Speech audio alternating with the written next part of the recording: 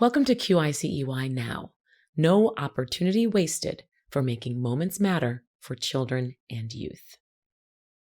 We're exploring the competency Advocate for Children and Youth, and we're starting right now.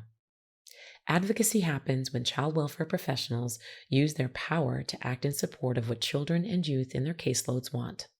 When they support reaching the young person's goals, greater authentic engagement is the result. But what does this really mean? Let's hear an example from a professional with lived expertise. Deborah P.A. Wilson. I identify as a trainer and consultant. The abuse and neglect, which for many youth, it feels secondary, but for me it was.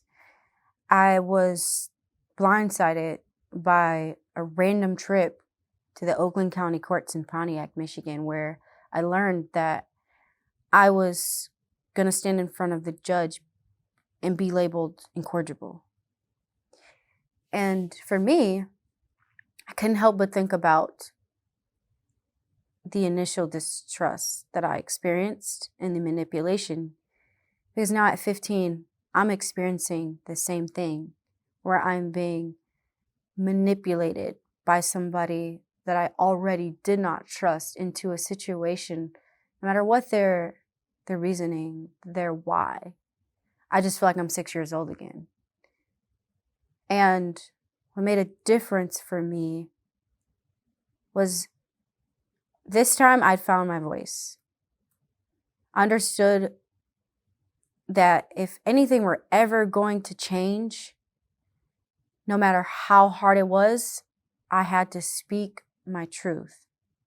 So although I couldn't do it at 6, at 15 I could say, I'm not incorrigible. I'm traumatized. I am abused. I am neglected. I am cast off, cast out. I am shunned. And I could express these things to a lawyer that I actually saw, who actually set me down, made me feel comfortable, and said, I want to know everything so I can help you. Opposed to, at 6 years old, a lawyer, I didn't even know their name or never saw their face. But this is a person who showed up with full intent to truly be an advocate for me. And for me, that felt like redemption for 6-year-old Deborah. Because now I can clearly articulate.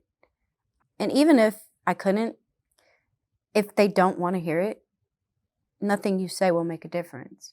But now here I am in a position of really power to be able to express my truth and my experience, and to be able to put one huge traumatizing experience into words for an adult who wants to help.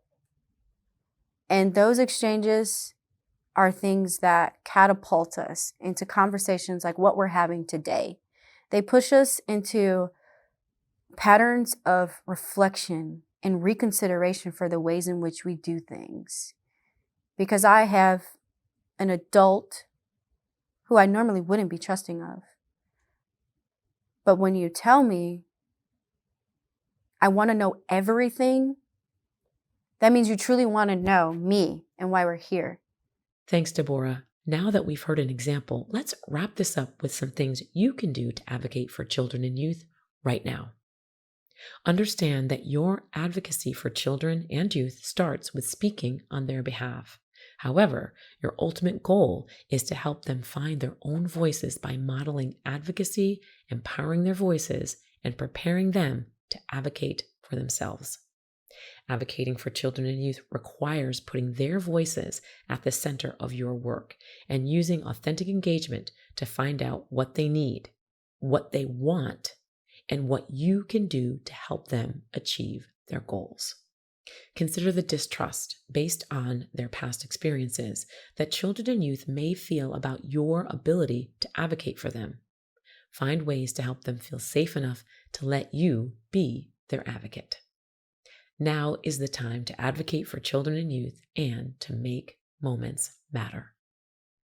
The QIC-EY is 100% funded by the Administration for Children and Families of the United States Department of Health and Human Services.